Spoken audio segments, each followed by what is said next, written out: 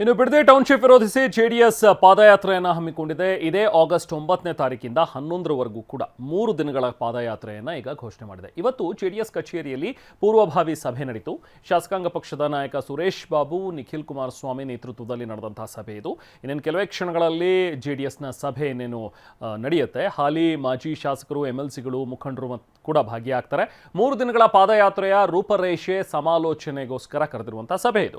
ಹೋರಾಟದ ಕಾರ್ಯತಂತ್ರಕ್ಕೆ ಈ ಸಭೆಯಲ್ಲಿ ಅಂತಿಮ ರೂಪವನ್ನು ನೀಡಲಾಗುತ್ತೆ.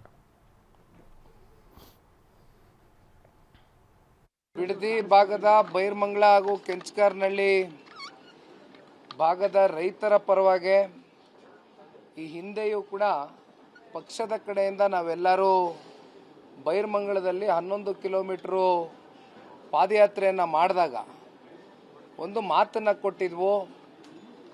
ಸರ್ಕಾರ ಇದೇ ರೀತಿ ರೈತರ ಮೇಲೆ ದಬ್ಬಾಳಿಕೆಯನ್ನು ಎಸಿತಾ ಹೋದರೆ ನಾವು ಮುಂದೊಂದು ದಿನ ಫ್ರೀಡಮ್ ಪಾರ್ಕ್ವರೆಗೂ ಬೈರ್ಮಂಗಲದಿಂದ ಒಂದು ಪಾದಯಾತ್ರೆಯನ್ನು ಮಾಡಬೇಕಾಗ್ತದೆ. ಅದಕ್ಕಿಂತ ಮುಂಚೆ ಸರ್ಕಾರ ಎಚ್ಚೆತ್ಕೊಳ್ತಕ್ಕಂಥದ್ದು ಉತ್ತಮ ಅಂತಕ್ಕಂಥದ್ರ ಬಗ್ಗೆ ನಾವು ಅವತ್ತು ಕೂಡ ಕೊನೆಯ ಗ್ರಾಮದಲ್ಲಿ ಹೊಸೂರಿನಲ್ಲಿ ನಿಂತು ಮಾತನಾಡಿದಂಥ ಸಂದರ್ಭದಲ್ಲಿ ರೈತರಿಗೊಂದು ಮಾತನ್ನು ಪಕ್ಷದ ಕಡೆಯಿಂದ ಕೊಟ್ಟಿದ್ವು.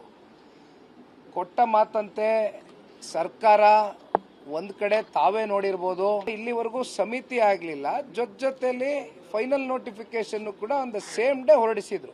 ಎಲ್ಲೋ ಒಂದು ಕಡೆ ನಾವು ಸುಮ್ಮನೆ ಕತೆ ಕಟ್ಕೊಂಡು ನಾವು ರೈತರಿಗೆ ಹಿಂಬಾಗ್ಲಿಂದ ಬಂದು ಎದುರಿಸಿ ಬೆದರಿಸಿ ಬರ್ಸ್ಕೊಂಡ್ಬಿಡ್ತೀವಿ ಅಂತಕ್ಕಂಥದ್ದು ಬಹುಶಃ ಈ ರಾಜ್ಯ ಸರ್ಕಾರದ ತಲೆಯಲ್ಲಿ ಇದ್ದಂಗಿದೆ. 9, 10, 11 ಆಗಸ್ಟ್ ಅಂದರೆ ಈ ಭಾನುವಾರ, ಸೋಮವಾರ, ಮಂಗಳವಾರ ಸರಿಸುಮಾರು 38 ಕಿಲೋಮೀಟರ್ ಫ್ರೀಡಮ್ ಪಾರ್ಕ್ವರೆಗೂ